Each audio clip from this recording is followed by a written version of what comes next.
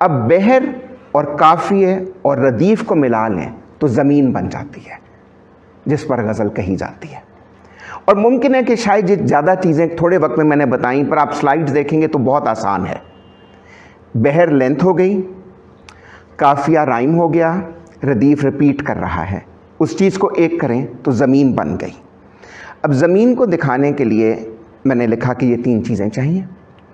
और अगर आप देखें तो मैंने 2 गज़लें लिखी हैं यहाँ पर, वो मुकम्मल नहीं लिखी, उनके 3-3 शेर लिखे हैं। पहले गालिब की एक मशहूर गज़ल, ये ना थी हमारी किस्मत कि विसाले जार होता, अगर और जीते रहते यही इंतज़ार होता, कोई मेरे दिल से पूछे तेरे तीर नीम कश को ये खलिश कहाँ से होती जो जिगर के पार होता, ये मसाइल तसव्वुफ़ ये तेरा बयान गालिब, तुझे हम वली समझते जो ना बादा खार होता। अब इसी काफ़िए को देखिए आप, यार इंतज़ार पार खार, इफ्तिखार करार निसार यार, दाग देहलवी ने इसी काफ़िए, इसी रदीफ़ होता, इसी बहर में एक और गज़ल लिखती तो क्या किया, उसी ज़मीन में एक और गज़ल कह दी, अजब अपना हाल होता जो विसाल जार होता, कभी जान सदके होती कभी दिल निसार होता, तुम्हें नाज हो ना क्यों कर कि लिया है दाग दिल का, ये रकम ना हाथ लगती ना ये इफ्तिखार होता। तो देखिए कैसे एक काफ़िया, एक रदीफ़ और एक बहर को इस्तेमाल करने से 2 शायरों ने एक ही ज़मीन में गज़ल कही। और इसकी मैंने बहर का नाम लिख दिया है रमल है। इसका आप बताएं बेटा काफ़िया क्या है? पार और करार, बिल्कुल। आप बताएं जी रदीफ़ क्या है?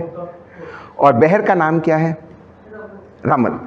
तो अक्सर जब मुझसे कोई, जिस तरह सुमेरा इंट्रोडक्शन कर रही थी, तो मुझे शर्मिंदगी होती है जब कोई मेरी तारीफ़ करता है, और इल्म बहुत थोड़ा है और महदूद है मेरा, और मैं छुपाता नहीं हूँ इस बात को।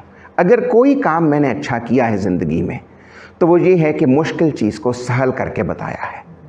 ना इल्म ज़्यादा है, ना कुछ करना आता है, ना शायरी आती है, ना गाना आता है, ना बजाना, ना नाचना, ना पेंट करना, लेकिन मुश्किल चीज़ को आसानी से मैं कोशिश करता हूँ, और अल्लाह का करम मैं काफ़ी हद तक बयान कर लेता हूँ। तो इसमें कुछ समझ नहीं आया तो आप बताइए। शुक्रिया जी, ठीक है। और जो भूल जाएगा आप मुझे ईमेल करें, मैं आपको प्रेजेंटेशन बड़ी खुशी से भेज दूंगा।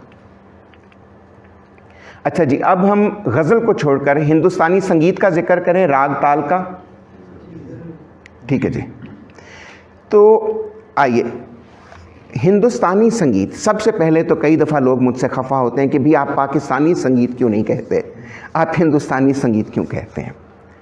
तो पहली बात तो यह है कि लफ्ज़ हिंदुस्तानी इंडस रिवर से निकला है, और ये वो मौसीकी है जो इंडस रिवर के इलाके, जिस इलाके से गुज़रता है, वो गाई जाती है। हिंदुस्तानी संगीत से मुराद है नॉर्थ इंडिया और पाकिस्तान की मौसीकी। उसके बरक्स साउथ इंडिया की मौसीकी को कर्नाटक संगीत बोलते हैं। और हिंदुस्तानी संगीत के 2 हिस्से हैं, सुर और राग, और लय और ताल। तो आइए इनका जिक्र करते हैं। सुर क्या है? एक फ्रीक्वेंसी में कहा गया, पढ़ा गया, गाया गया एक नोट सुर है। सा रे गा मा पा, ये हमारे 7 बेसिक सुर है। ठीक है जी। अब इनको अगर आप देखिए तो इनकी कुछ किस्में हैं। जो सा और पा हैं वो हमेशा नेचुरल हैं, उनकी एक ही किस्म है, सा और पा। लेकिन जो रे, गा, धा और नी हैं, उनकी एक नेचुरल फॉर्म है और एक थोड़ी सी उसकी धीमी कोमल फॉर्म है। और फिर जो हमारा माँ का सुर यानी मध्यम का सुर है, उसकी एक नेचुरल फॉर्म है और एक शार्प फॉर्म है। तो देखिए 7 तो नेचुरल फॉर्म्स हो गई, माँ की हो गई एक फॉर्म शार्प, और बाकी रे, गा, धा, नी की हो गई 4। तो क्या हुए, 12 सुर बन गए हमारे। और अगर बात की जाए तो असल में शायरी में 12 सुर हैं। देखिए सा सिर्फ एक है, फिर रे कोमल और रे शुद्ध, फिर गा कोमल और गा शुद्ध, फिर मा शुद्ध और मा तीवर, पा तो है ही नेचुरल शुद्ध सुर है, फिर उसके बाद ढेवर जो है धा हमारा पहले कोमल और फिर शुद्ध, और फिर निखात पहले कोमल और फिर शुद्ध। तो ये 12 सुर हैं। अब एक बात बड़ी हैरानगी की है कि ये सुर तब से कायम हैं जब ना जहाज़ थे, ना रेलगाड़ी थी, अलग अलग दुनिया रहती थी। लेकिन यही सुर अफ्रीका में भी गाए जाते हैं, यही सुर अमेरिका में भी गाए जाते हैं, यही सुर हमारे यहाँ भी पढ़े जाते हैं। ऑस्ट्रेलिया चले जाइए, चंद एक ममालिक हैं जहाँ थोड़ा फ़र्क है, लेकिन अक्सर और बेशतर यही 12 सुर हैं। तो बताइए आपके ख़्याल में ऐसा क्यों है कि यही 12 सुर? ऐसा तो नहीं था कि लोग एक दूसरे से उन दिनों मिलते थे, तो ये 12 सुर कैसे आए? जो फ्रीक्वेंसी, इसमें यही बात थी कि ये सारे नेचर से बोरो किए गए, और इनके लिए 3 चीज़ें शर्त थी। एक तो ये नेचुरल साउंड हो, दूसरा ये हलक से अदा हो सके, और तीसरा ये कि इनमें गनाई हुस्न हो, यानी कि मेलोडी हो, दिल को अच्छा लगे। तो यूँ हम लोगों ने ये 12 सुर किए। ठीक है जी। अब इन 12 सुरों को आप कुछ असूल और ज़वाबत के मुताबिक तरतीब दें तो राग बन जाता है। और वो असूल ज़वाबत क्या है? राग में एक चीज़ होती है रस। एक किताब है 36 उसमें चैप्टर हैं, भरत मणि के साथ एट्रीब्यूट की जाती है नाट्य शास्त्र। हमारे सारे संगीत, सारे रक्स, सारी शायरी का बेसिस उस पर है, परफॉर्मेटिव आर्ट्स का। और ये 200 BC से लेके 200 CE तक लिखी गई। तो किसी एक शख्स का काम तो नहीं है, भारत मणि ने मुरतब की होगी। तो उसके 6ठे चैप्टर में ये 9 रस बताए गए हैं कि ये इमोशंस हैं अद्भुत, हैरानगी, भयानक, खौफ, विभस्त, नफ़रत, डिस्गस्ट, हंसी, करुण, गम, गुस्सा, शांत यानी कि सकून, श्रृंगार यानी कि रोमांस और हुस्न, और फिर वीरता यानी बहादुरी। तो हर राग का एक रस होता है। तो एक तो ये चीज़ उसको बताती है। फिर दूसरी चीज़ होती है कि दिन के 8 पहर हैं और हर पहर के लिए अलग राग हैं, तो वक्त भी डिफ़ाइन करता है राग क्या है। और अगर हम देखें तो ये चीज़ें हैं एक सफ़े पे जो राग हम घंटों गा सकते हैं, घंटों सुन सकते हैं, बस ये एक सफ़े पे सब कुछ आ जाता है। बाकी गवैया या बजाने वाला, उसकी सोच कहाँ तक है, उसका फ़न कहाँ तक है, वो उस राग को पढ़ेगा। आरोही क्या है? सुर में ऊपर जाना, सा रे गा मा पा धा नी। अवरोही क्या है? सा नी धा पा मा गा रे।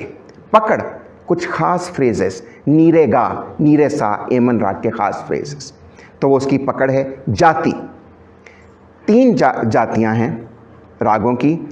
5 सुर के राग औडव राग, 6 सुर के राग खाडव राग, और 7 सुर के राग संपूर्ण राग। 5 से कम सुरों में राग डिफाइन नहीं होता। वक्त कि कौन से पहर में पढ़ा जाता है, रस के उसमें कौन सा रस है।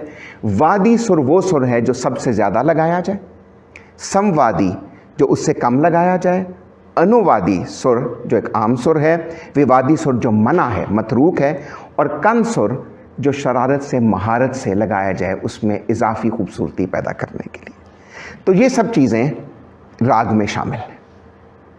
ठीक है जी। अब आइए टेम्पो में। टेम्पो क्या है जी? स्पीड है, और उसको ताल के ज़रिए कहा जाता है। जैसे सारे गा मा पा धा नी सा हैं, तबले के अल्फाज हैं ता, ती, तू, ना, कत, ता, तेड़, केट, तो ये लफ्ज़ हैं। और अगर हम देखें तो 5 चीज़ें ज़हन में रखिए। सम क्या है? पहली बीट। ताली क्या है? वो बीट जिस पर स्ट्रेस दी जाए। खाली क्या है? जिस पर नेगेट की जाए स्ट्रेस। आवर्दी पूरा एक सम से लेकर दूसरे सम तक का पीरियड, और विभाग उस आवर्दी को कैसे डिवाइड किया गया है। अब अभी तक मैं जानता हूँ ये मुश्किल लगता है, लेकिन ये बड़ा आसान है समझना। ठीक है, तो देखिए 3 ताल एक ताल है जो सबसे मुश्किल और सबसे आसान ताल हमारी मौसीकी में 3 ताल है। उसमें 16 बीट्स हैं। वो क्या हैं? ना धिन धिन ना, ना धिन धिन ना, ना तिन तिन ना, ना धिन धिन ना। ठीक है जी। तो पहली बीट मैंने क्या बताया था?